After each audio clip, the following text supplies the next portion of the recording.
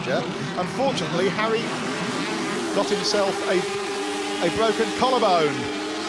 Well, that was a bit of a sloppy start there. It really looked like to me that our man Stroyer was forcing his way from the second row. He'd got wheels spinning in all sorts of shapes to try and get past the slow-starting front row of the grid as they enter into turn 2. Oh, dear. With the dust rising. I can see Abbott there in 4th place. Yeah, Abbott and Smith, number 6. And that's Webster in front. That looks like Webster's in front, if I'm not mistaken. It looks like Webster and Simmons it is. Brilliant. I am so pleased, the Englishman. Yeah, and Bornhorst and Hiller, number 12, was showing well. That's the best I've seen them do for the full time. Elaine Michel in the lead. Elaine Michel back in 3rd place. And Stroyer and Esaf in 2nd. That's Egbert Stroyer with an American stand-in passenger, Stephen Esaf, who was an American champion sidecar driver 4 or 5 years ago. Well, I think what we've got to bear in mind here, that the pole setter, which was Elaine Michel, currently in 3rd position, was only 1/10 of a second in front of 2nd place man on the grid. That's the leader at the moment. This man, Steve Webster. And Gavin Simmons, the passenger, of course, took over last year, had a full year off work to attack the World Championships. This year he's working again full-time, as well as doing the GPs. Well, of course, being an ex-solo rider, I always forget about passengers, which is rather cruel, considering they're 50% of the job, really, aren't they, in this particular game? Are. Look at Stroyer on the brakes. He's always been deadly on the brakes, Egbert Stroyer. Turning tight inside Webbo. Has Stroyer got the line? Alan Michel looking threatening in 3rd place. Webster holds them into turn 1. Well, of course, what we've got to bear in mind, this being the first Sidecar Grand Prix of the year, that these men are very enthusiastic to get stuck in, aren't they? I mean, they're all out for the opening points.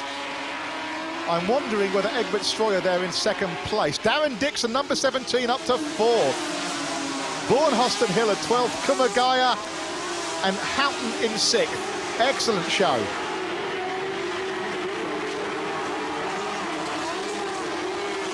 That's a very unflattering picture of Steve Webster you just saw. Well, never mind. It won't hurt him in this particular case. Webster finished 2nd here last year in this opening Grand Prix. Obviously trying to go one better. Let's have a look and see what's going on with Mr. Webster. Steve Webster, 3 times a world champion, leads the American Grand Prix. Let's check out his record. One of the heroes of British motorcycle racing, Steve Webster, champion in 98. He's not that old, Keith. I was looking at the spelling of passenger. He's not Dutch. Our multilingual graphics, Whoa, you see. Look at Stroyer, he's having a go through. Now, I'm wondering how long this stand-in American passenger, Stephen Esaf, can last. But it's a very, very physical game, passengering a Grand Prix sidecar. Well, remains to be seen. I still think these men must put their brains in the toolbox when they step into the sidecar of these things. You wouldn't get me on there for all the tea in China. We'll try and do that later in the season, then. I'm sure you will. Oh, now that was a shot and a half. Webster cut very, very tight there. Put his passenger over the dirty stuff. And Stroyer didn't even have a square inch to get under. Webbo, the fastest lap for Steve Webster. It can't be by much, though, Keith. Oh, miraculous, look. Well, correct spellings. And here we are back with the profile of Steve Webster, and over to Julian. Yep, 3 times the world champion. 3rd last year, beaten by Stroyer by just 1 point for that number 2 plate. Steve Webster from York, near York. Gavin Simmons, his passenger for the first time last year. The 3 world titles were won, of course, with Tony Hewitt. Egbert Stroyer in 2nd place, another multiple world champion. Dutch, of course, he's from Assen, where the Grand Prix is held. He had a hat-trick of world titles before Webster. He ended up 2nd last year, as we've just said. Egbert did not finish this Grand Prix last year. He had a slight disagreement with his passenger about 2/3 of the way round. Yes, and for anybody that's seen Egbert, and Elaine Michel goes underneath Stroyer there. Underneath Stroyer, Egbert Stroyer is forced into 3rd place. Serves him right, never mind. I'm sure he'll come back and sort out Elaine Michel in about 2 seconds flat. The last thing Egbert will be worrying about is that poor bloke who is the stand-in passenger. And let's face it, American sidecar racing isn't on the same planet as their solo racing. Alain Michel, #1 on his sidecar, and a lot of people are very, very pleased by that. He's now admitting to being 39 years of age, Alain Michel. Winner, of course, last year, 17 Grand Prix wins, second in the title chase 4 times, just like Randy Mamola. But unlike Mamola, Alain has finally got a #1 plate.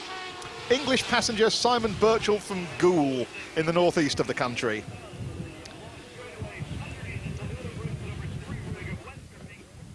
Well, there we are again with the scenic route. I think the director in US television obviously likes the greenery around Laguna Seca. Oh, we're back with the race. Well, there's a surprise. Alain Michel, one of the best tuners. He was, you know, Keith, Alain Michel was French 500cc solo champion many years ago, before he took up sidecars. And a very good motocrosser. Well, back with the main man at the moment, Steve Webster leads, and I hope he stays there. I shouldn't be too biased, of course, but... It's difficult, isn't it, where Steve Webster's concerned. I always regard Webster as a true sportsman, a man who took his world title defeat last year as well as any sportsman can take defeat, I'd say. Well, I've got to say that I didn't have Webbo actually tip for the top, and I'll apologise to him personally for that when I see him, but I had to bring into question his sponsorship and his mechanical problems of last year, and oh my God, I've just ripped the arm off the chair in the commentary box as Alain Michel looked like he was going to push Webster's passenger out of the chair. Oh, Michel, where's he got the horsepower from? He builds fast engines, Alain Michel. Yeah, but Webster is good on the turns. Take that, you Frenchman.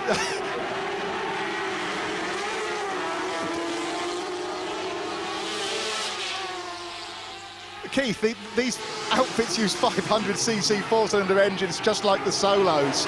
They're not as fast at the top end, I believe, but my God, they go round corners quickly. Well, that's absolutely right. They are sort of halfway between... Oh, dear me, I can hardly speak for watching this. Alain Michel's getting it all shapes. Well, yeah, they're probably about 155 mile an hour here at Laguna, which is pretty fast, being that close to the ground. And Darren Dixon, Keith, look, as you said, Darren Dixon in 4th place. That is a remarkable showing by the young European sidecar champion in his first sidecar Grand Prix. Well, of course, if this carries on at the front, he might find himself in 1st place in a couple of laps, because we've got the Dutchman at the back, and Alain Michel looks for the inside. Well, Michel is really going for it here, but the thing about Webster is he never gives best for more than about a second, does he? He doesn't, does he? And would you believe that Alain Michel and Steve Webster are the best of friends? They stay at each other's houses when they're travelling, they exchange information, ultimate respect for each other, but you'd never guess it on a racetrack. Well, I'm very pleased to hear that, but the Dutchman, of course, Stroyer, he goes to all lengths to get past people. I've seen him on the grass, I've seen him halfway down pit lane trying to make a pass.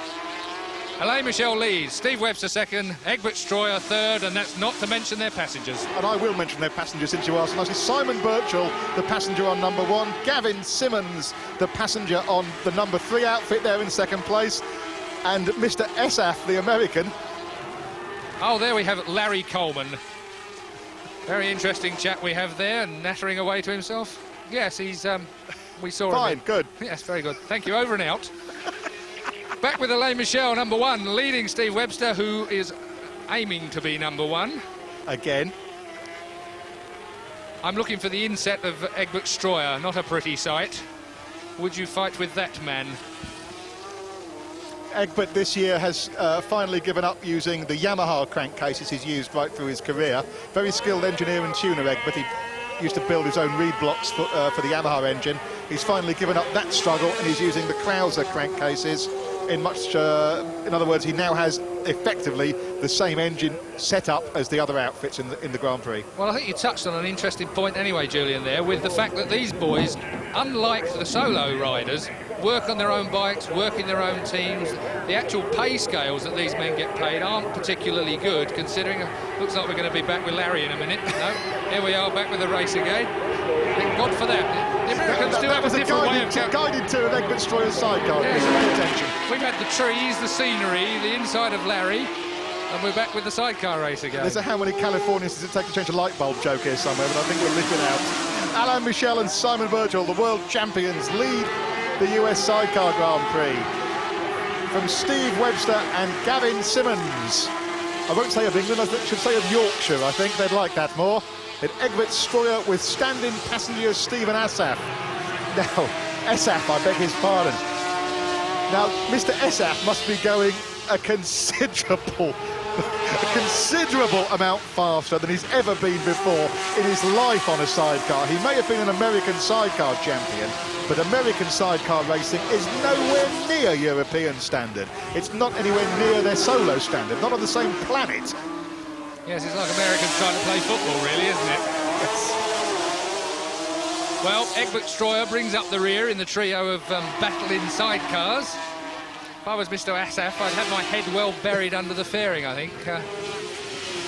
Rolf Bieland in number 4, if you see him, is not up with his perennial rivals here.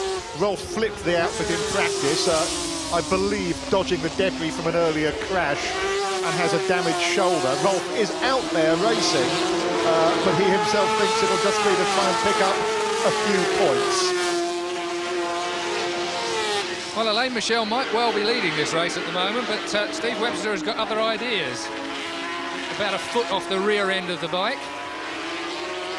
Oh, there's Mr. Stroyer sticking in a quick lap. Not quite as fast as poleman Alain Michel set, but a decent distance off of it.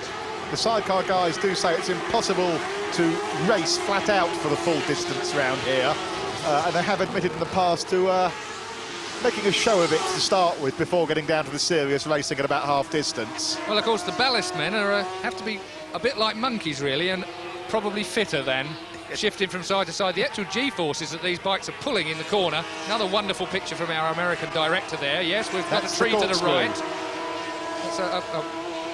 He's obviously pressed the wrong button. We should have a motorcycle sometime round in the next few moments. Here they come into the corkscrew. Let's see that. They have to change direction very quickly here against considerable G-force, as Keith Ewan pointed out. Yes, he's quite quick at keeping up with them as well, isn't he? Let's have another look back. Here we are, Alain Michel. We're trying to get a look at the passengers crawling all over the rear end of the bike. You'll see that the passenger shifts to the sidecar wheel when that wheel is on the inside of the turn to try and keep the wheel down. Obviously, the idea is to keep the wheel down. Then he shifts back again over the rear wheel of the bike, which is the driving wheel with the power delivery to try and stop the wheel from spinning. So wherever the passenger sits on the bike really dictates what the driver can do with the bike. Stroyer looking up the inside of Webster. Webbo cuts his nose off. Yes, the passenger's fore and aft movement dictates wheel spin or front tyre adhesion out of corners as well. It's a very subtle balancing act the passenger is performing the entire time. Well, of course, passengers have been known to fall out, not often, I must say, but they have been known to fall out, and of course the driver doesn't realise that until he gets to the corner and finds himself with no grip. Confirmation of the top 6. We've got the top 3 in our picture almost full time, but Darren Dixon is holding off the Egloff twins from Switzerland still for 4th place. I have a feeling the Egloffs might have Darren shortly. There's the world champion, Simon Birchall on the left, Alain Michel on the right.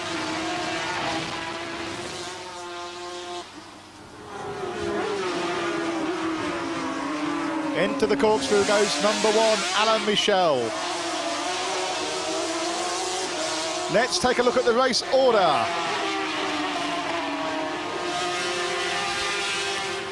Michel and Birchall lead, Webster and Simmons second, Stroyer and stand-in man Asaf third, the 2 Dixons still 4th. And we're going to take a break now, back with the rest of the Sidecar Grand Prix live on Eurosport in a moment. There's the top 4, Michel, Webster, Stroyer and Dixon. You caught sight just then of number 22, Werner Klaus and Thomas Schroeder, stopped beside the track.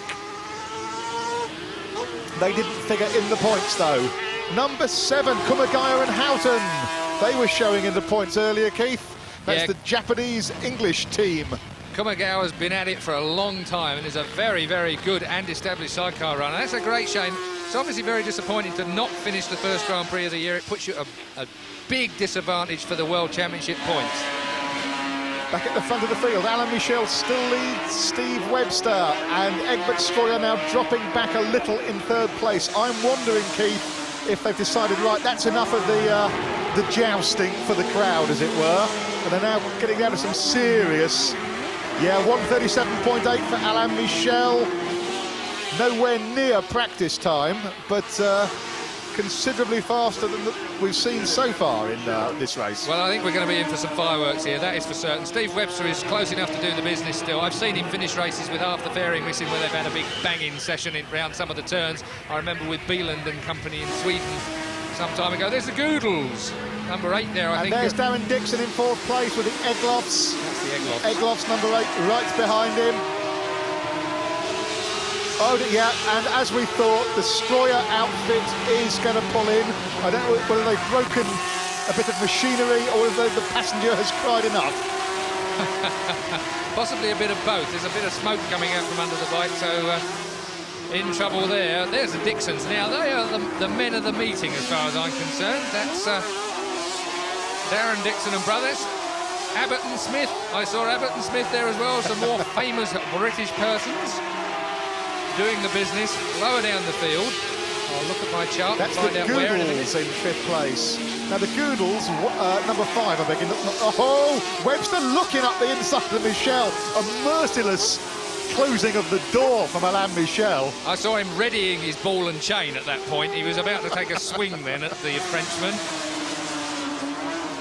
You just wouldn't believe these two are the best of friends, would you, these two drivers? No, you're right, I would not. Well, they might be the best of friends at the moment, but of course that's not to say that they won't be at the end of the race. Oh, indeed. Alain Michel. And there's another view at the Stroyer outfit. As you can see, these things are formed from a carbon fibre box section spar. The front suspension is bolted on the front of it, the engine's hung off the back of it, and the sidecar off the left-hand side of it, as we look at the corkscrew, awaiting the arrival of the leaders. Yes, the director here is practicing. Oh, there we go. That's a surprise motorcycle. That looked like Webster in front. I don't think that was a back marker in front of Michel. It's Steve Webster and Gavin Simmons have taken the lead from Alain Michel.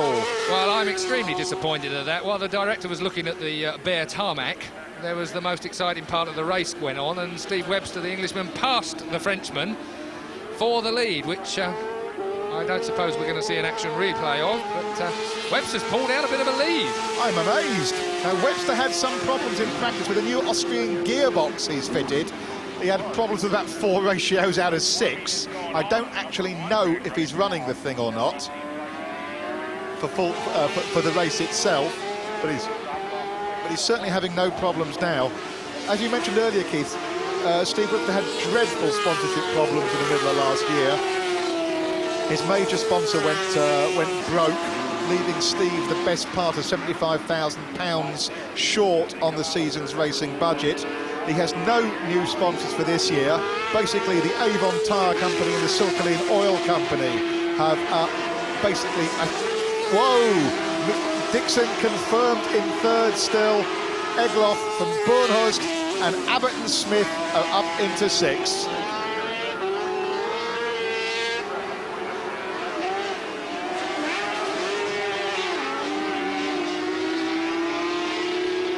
Well, you may wonder why that British drivers do so well in sidecars, whereas we all seem to struggle when it comes to the other solo classes, and the reason for that is, of course, in Great Britain, the sidecar classes remain fairly well unchanged over the years, and it's a very competitive class in Britain, and there are so many good guys at it. There is a British tradition of three-wheeler racing as well, of course, that counts.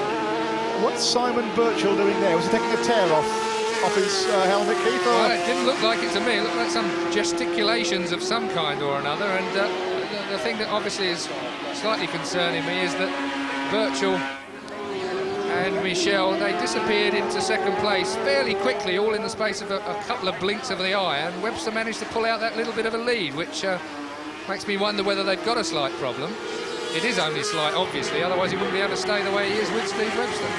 Yes, Webster seemed to jump away a few bike lengths, and the gap has remained constant since Steve Webster took the lead. If we see 3rd place battle look for number 17, Darren and Sean Dixon, and the Egloff twins, Urs and Marcus, number 8. That should be the battle now for third place. Well, I don't know whether I'm right in saying this, but I will anyway. I make enough mistakes doing things. So, Darren Dixon, is this his first Grand Prix?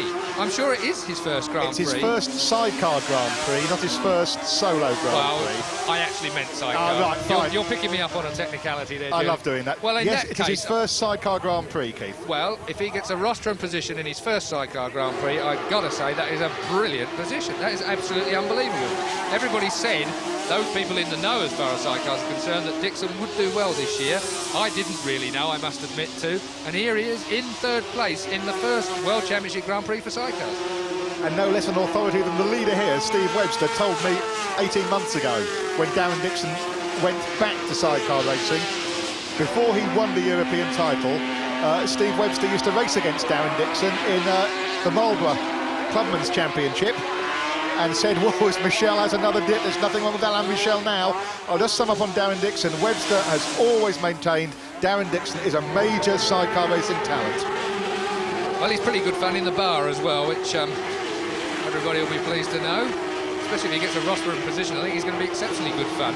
The positions last year were reversed that these men are in. Alain Michel won last year's Grand Prix and sets the fastest lap in this year's Grand Prix. Webster was second last year. They're still 5 seconds shy of their practice times, Keith. Well, that's a remarkable difference there, Julian. I'm just rustling my paper to see exactly what happened there.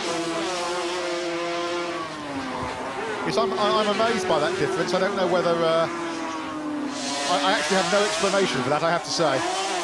Well, who needs an explanation when we're riding sidecars? Steve Webster, well-known Brit and Silkaline-sponsored three-wheel. Oh, and it's dear. all, here we. Oh, this is a bit busy. There's Dixon, number 17 now on the Paget-supported Yamaha engine three-wheeler. And Darren, I think he's looking to. I think that's Abbott and Smith that's in front of him, the other British sidecar pair, and that's the Egloff brothers behind them. I got it all right, Julian. And the Egloffs are going to the inside now on Dixon. And Sean Dixon looks over his shoulder and sees Marcus and Urs Egloff. Well, I don't think I'd be tempted to look, actually. I wouldn't. They're all over him like a rash. And Abbott and Smith are really... They've come past the pair of these two in the last 3 laps. They were on a charge. Well, of course, Abbott and Smith finished third here last year, so they're not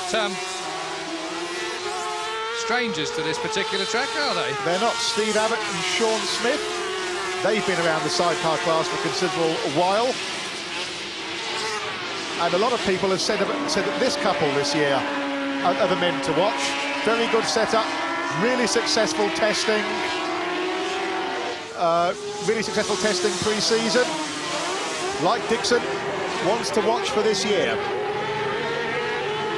That's number 6, Steve Abbott and Sean Smith. Then number 17, Darren and Sean Dixon. Then number 8, Marcus and Urs Egloff. That is the battle for 3rd, 4th and 5th places. You're watching Abbott and Smith in the old Yamaha colours. Confirmation there that Webster is still in the lead from Michel. Steve Abbott now into 3rd from the Dixon brothers. We'll take another short break. Join us again in a moment. As you rejoin us, it's still Webster from Michel and Abbott. But there is Abbott. There is the Dixons, number 17. Back up with the number 6 outfit of Steve Abbott and Sean Smith. Well, I remember Darren Dixon has been a very determined driver in two-wheel stuff, and he looks like he's brought that along with him when it comes to three-wheelers. He doesn't look like he's going to let Abbott get away from this. He does. There's the Goodles, the green outfit going through just there. The Goodles, incidentally, when they won in Hungary last year, were the first. That was the first time in 10 years that a sidecar Grand Prix has been won by non-world champions. There they are, the Goodles. Well, with a name like Goodle, I suppose you deserve to win one, don't you, really? Another set of Swiss twins. Back with Webster. That's Webster and Simmons. Now 8.5 seconds up. I can only think that Alain Michel is now hitting some trouble, Keith. Well, whatever it is, whether it be Webster on his second wind or whatever, The man is leading. He deserves to be in front. He has a quick look over his shoulder there. Well, if Alain Michel's got a problem, he might just be able to dribble home in second place. That's our first look at Rolf Bieland and Kurt Woltersberg this year. Bieland pushes the frontiers of technology when it comes to motorcycle design, when it comes to three-wheelers. The man deserves to do well because of the things that he actually designs into his bike. Obviously injured, but you've only got to look at the bike and see that it's different from everything else. Yes, the man who has repeatedly forced the FIM to change the rules because he keeps bending them. And he's in sixth place, Rolf Bieland. So, hurt or not, the ex-multi-world champion is doing very well. Let's check Rolf Bieland's curriculum vitae. He's now admits to being 41. Kurt Woltersberg, his passenger, has been with him for a considerable number of years. He's won, as you can see, look at the number of Grand Prix that man has won. 3 times a world champion, 56 Grand Prix wins. No one comes near him. And that's amazing, isn't it? 56 Grand Prix wins, and he's only won the World Championship 3 times. There was one year the sidecars had 2 world championships, B2A and B2B class. That gave Rolf the chance to win more than 1 Grand Prix a meeting. But in those days, you could do that on 250 and 350 solos, 50 and 125 solos. And I can't think of many people, apart from, let's say, Angel Nieto, who comes anywhere near that sort of record over the years. Certainly not in modern times. Look at that big drift on sideways there, and that was with the sidecar wheel on the inside of the turn. So, Dixon's back. Third. And look at the Egloffs. They're coming under severe pressure from Rolf Bieland. Whoops. We have a spinner. Barry Brindley and Graham Rose have spun it at the last corner. Well, this is certainly hotting up now, Julian. This is all going to the wire. We've got Bieland on the charge. Look at this. He's having a look at the inside of... And he's gone past the Egloff as well. This is amazing. Bieland is absolutely charging. And the driver, Marcus Egloff, looked across a couple of times, took a double take, saw it was Rolf, and he didn't really try and push him anywhere, did he? One of Rolf Bieland's standard training techniques is he likes to box. He's a boxer.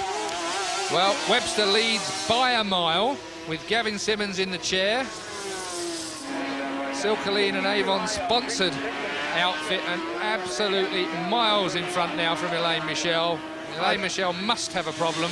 I'd like to pay tribute to those 2 British trade sponsors, Keith Silkeleen and Avon, for supporting Steve Webster really quite generously this year. They really have allowed a multiple world champion, one of the best ambassadors British motorcycle sport has had in the past 10 years, to go Grand Prix racing this year. Let's check out Steve Webster's history. That's Tony Baker in a set of leathers one of my old magazines helped get him, by the way. Haven't helped him, have they? No, obviously not. Well, they look fairly... they must be up a slip road somewhere, because they look fairly casual while they get undressed. Undressed for the cameras. Perhaps the map faced the wrong way. Took a wrong turn. There's Alain Michel now dropping back considerably. Still in second place, with a comfortable gap still over the Dixons in third. Comfortable now, of course, because Egbert Stroyer has had to pull in. Yeah, he's got 18 seconds before Darren Dixon turns up. Let's check the current world champion CV. Alain Michel, 39, are you sure? Simon Birchall from Goole in the northeast of England is his passenger. Alain won here last year, 17 wins over a career that spans the best part of 15 years in Grand Prix racing and 4 runner-up positions in the World Sidecar Championship.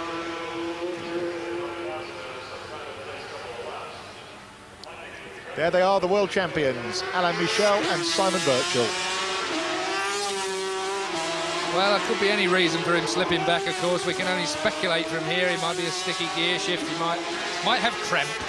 It is the first Grand Prix of the year, after all. It has been known. That's Barry Smith and David Smith in their Windle outfit. Now, that's a bit of a museum piece nowadays by Grand Prix standards. About to be lapped by Michel. They have already been lapped by this pair. Oh, here comes Bieland. That's Abbott and Smith are about to get the Rolf Bieland championship. The championship treatment. That's the battle for fourth place. Abbott 6, Beeland 4.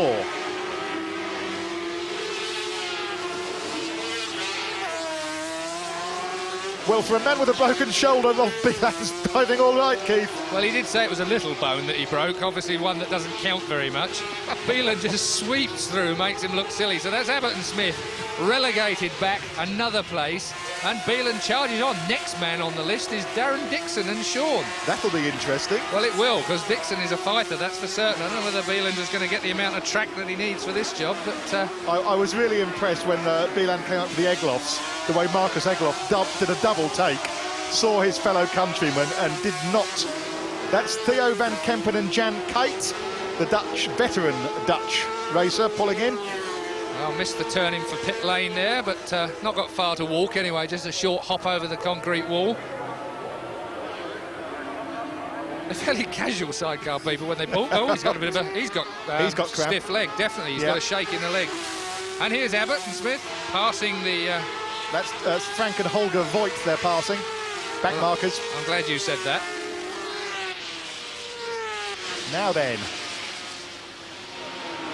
Number 6, Steve Abbott and Sean Smith. A Krauser-engined LCR like normal. Well, the Eglofs were getting the treatment from that back marker then. The Eglofs didn't really find a lot of room on the track when perhaps they should have done. Here we are, number 4, Rolf Beeland on a charge, chasing Darren and Sean Dixon. And being pursued enthusiastically by number 6, Steve Abbott and Sean Smith.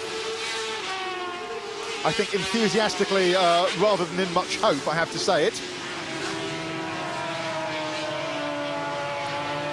You can always tell Steve Abbott he's had that Yamaha America replica paint scheme on his outfits for years now. Number 8, the Egloff twins. Marcus driving, Urs the passenger.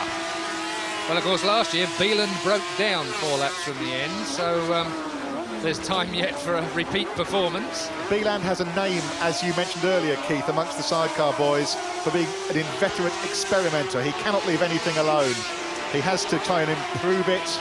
He experiments all the time. This year, Rolf Beeland has sworn, apparently, to keep things standard, not to interfere with something that works. No one actually believes he'll keep to that promise. Well, this man's not interfering with too much. Race leader Steve Webster and Gavin Simmons doing the absolute business. Faultless ride.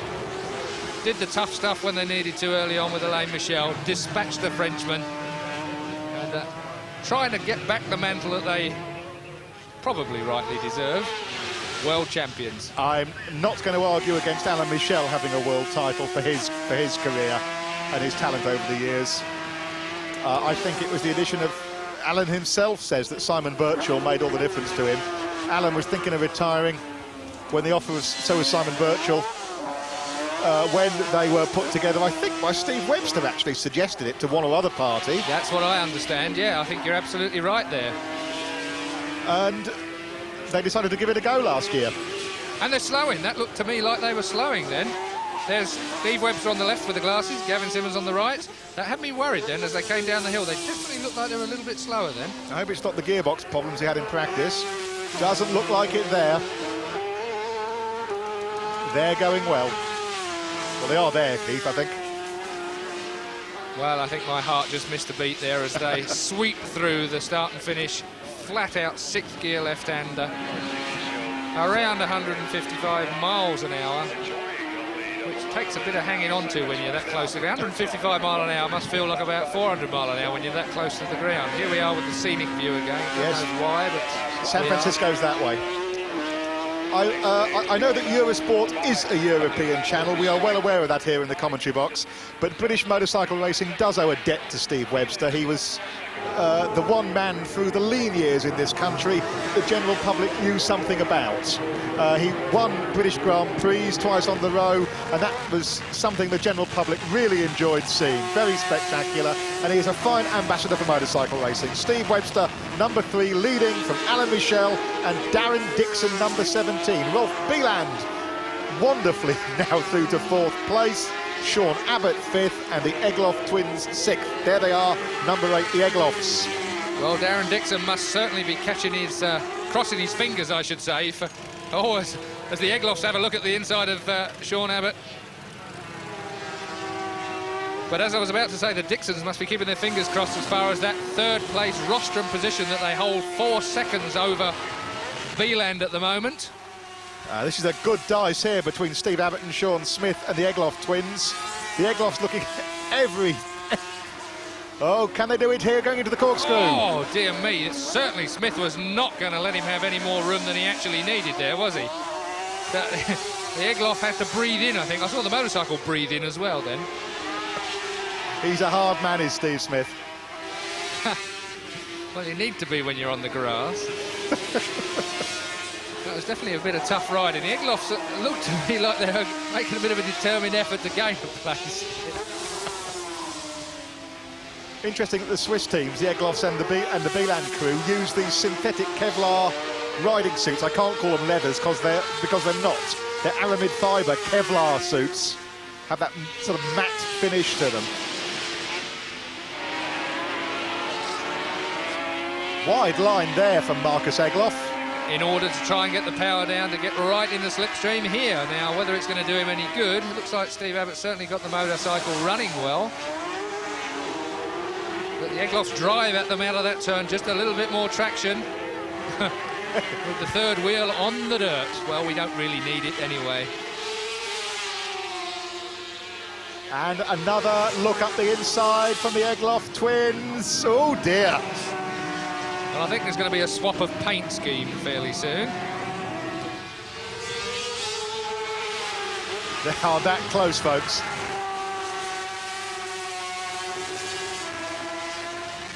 Steve Abbott and Sean Smith, third here last year. Yes, they have been on the rostrum a few times. They've never won a Grand Prix, Steve Abbott and Sean Smith. He said, thinking back, no, I'm sure they haven't. They have been on the rostrum, as Keith just pointed out. Here come the Egloffs again as they come down to the corkscrew. It's so fast down here on the sidecars. Well, Laguna is actually quite tight. Oh, and dear me, that was a mistake there by Steve Abbott. He made a mistake coming down into that turn, just found himself a little bit too wide in the corner. And Egloff didn't need another invitation, did he?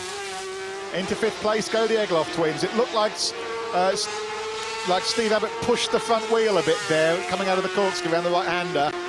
Ran wide, and the Egloffs nipped through, thank you very much, into fifth place for the Swiss twins. Well, Abbott's got it all to do now, that's for certain, so let's see how he recovers from the initial shock of running on a little bit there. I think pushing the front end just a fraction too hard. Lovely shot of the Egloff twins drifting their outfit around that right-hander. This position, the right-handers, where the passenger lies over the back of the outfit, strangely is the harder physically for the passenger. He's getting beaten to death by the outfit jumping up down underneath him. This position, the left-hander, is apparently a lot easier because you brace yourself with your legs. Your legs take the strain.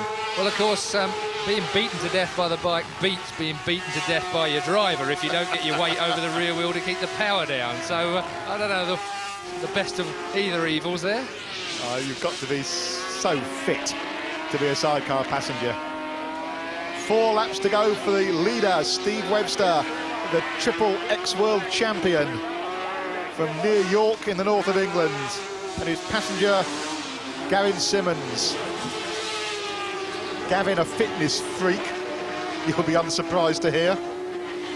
I'm not making any comment about that, sitting in the chair. But he's doing a good job for him, there's no doubt about that.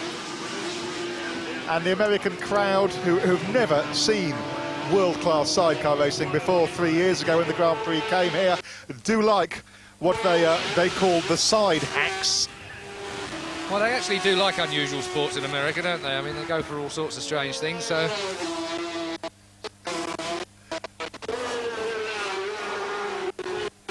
The leaders. Second place. And Michel there with the front end well locked up coming into that turn. That might well be an indication of the problems he's suffering, perhaps the balance bias. They can adjust these braking systems as they go along, like the car racers can actually do. They can change the balance from the front to the rear, from the side to the back to the front again, to suit each track. Usually it's done, set up in practice, and they don't mess around with it during the race. But certainly then, he was running on with the front end, chattering away and squealing into that turn. Perhaps Michel has that problem. That's Alain Michel on the right there, his passenger Simon Birchall, the Englishman, on the left. And of course, part of sidecar racing, Keith, much like solo racing, is conserving your reserves. And in sidecar terms, your tyres and your brakes are the reserves. You can wear them out, overheat everything in the start and have nothing left at the end. Maybe Alain has a few tyre problems, I really couldn't say. Well, having problems, he had the Zerberg brothers right in the middle of his exit of the first turn onto the start and finish straight there. They didn't really seem to know where they were going at the time, and fortunately managed to pull themselves out of the way. He's definitely got a front end problem there. He had it again going into that turn. Looks like the front's pattering away at the under braking. I'll readily admit to not being a sidecar expert when it comes to the actual driving of these things, because you wouldn't get me near one, let alone in one. We'll see if we can rectify that as the season goes on, folks. I'd personally pay money to see Keith Ewan going around a track in a sidecar outfit. Well, if you'd pay money, then I might well be persuaded, Julian, because the likelihood of that, I'm told from our production crew at Eurosport, they'd all like to see Julian parted with money, so... Meanwhile, the leader, Steve Webster, passenger Gavin Simmons, a very comfortable lead in this, the first round of the 1991 World Championship for the sidecars. Number 15, they have just lapped Barry Brindley and Graham Rose, and poor Barry will be definitely fed up of seeing the back of Steve Webster. He sees it a lot in British Championship racing. 2 laps to go in the opening round of the 1991 Sidecar Championship. Yeah, Gavin Simmons doing his grass-cutting impersonation. Well, he needs a little blade on his backside and he'd be well away. I think Gavin's been giving his leathers on his left buttock a severely hard time. That's Steve Webster in the specs on the left. Not a flattering picture, I have to say. Gavin Simmons on the right.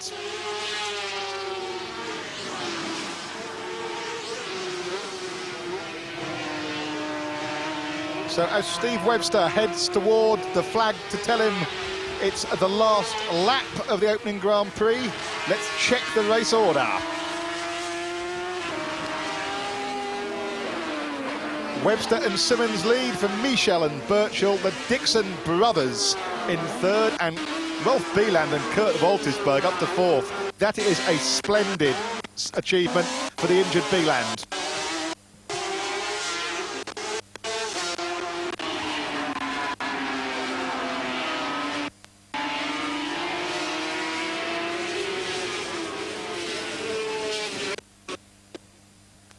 Yes, Steve Webster now has over 13 seconds in hand over these men, the reigning world champions, Michel and Birchall. Fingers crossed for Steve and Gavin that they can have an untroubled last lap on their way to the checkered flag. Well, there's Michel, second place and suffering some kind of a problem. Certainly a front runner earlier on, but hanging on to his second place easily. Here we have the leaders on their last lap now, number 3. The question that now comes to my mind is, can the Dixons hang on to third place for a rostrum in their first Grand Prix? And aren't these motorcycles quiet? It's wonderful sound quality we're receiving from America. Well, perhaps we ought to sit here brumming. After you, Julian. No, Keith, after you. Steve Webster, number 3, leads the American Grand Prix. Then we got a smattering of sound there. So Steve Webster and Gavin Simmons lead the first Grand Prix of 1991 on their last lap. They'll make it to the end, I'm sure, this year. It's downhill from here into the corkscrew for the last time. Simmons over the rear wheel, thumbs up from Steve. This is good to see, Keith. Good to see, not just for British motorcycle racing. I don't think the rest of the sidecar community will begrudge the English team this victory. No problem with the back markers there. Steve Webster cuts his way through onto the last bend of the last lap to win the first Grand Prix of the sidecar year. Yes, and Webster and Simmons win it. Let's look now for number 1. Alan Michel and Simon Birchall. Will we get to see them? Meanwhile, Webster and Simmons must be very relieved, Ned. Steve Webster will now be extremely pleased that he bothered to go racing this year, that he worked over winter to get the outfit sorted out, to get the sponsorship together, to enable him to have another go at the world title that he really does desperately want back. Well, of course, the one thing I like about Sidecar riders, their passengers and their crew, are that they celebrate in fine style. Unlike the solo riders, the Sidecar crews celebrate together, drink a lot together, enjoy themselves together. You might see Steve Webster, when he's waving his hand, his left hand up in the air there, he's got a cord attached to it. That's not a drip feed or a remote control, that's actually his... That's actually his kill button cord. That's his ignition kill lanyard. And Darren and Sean Dixon did indeed get on the rostrum in their first Grand Prix.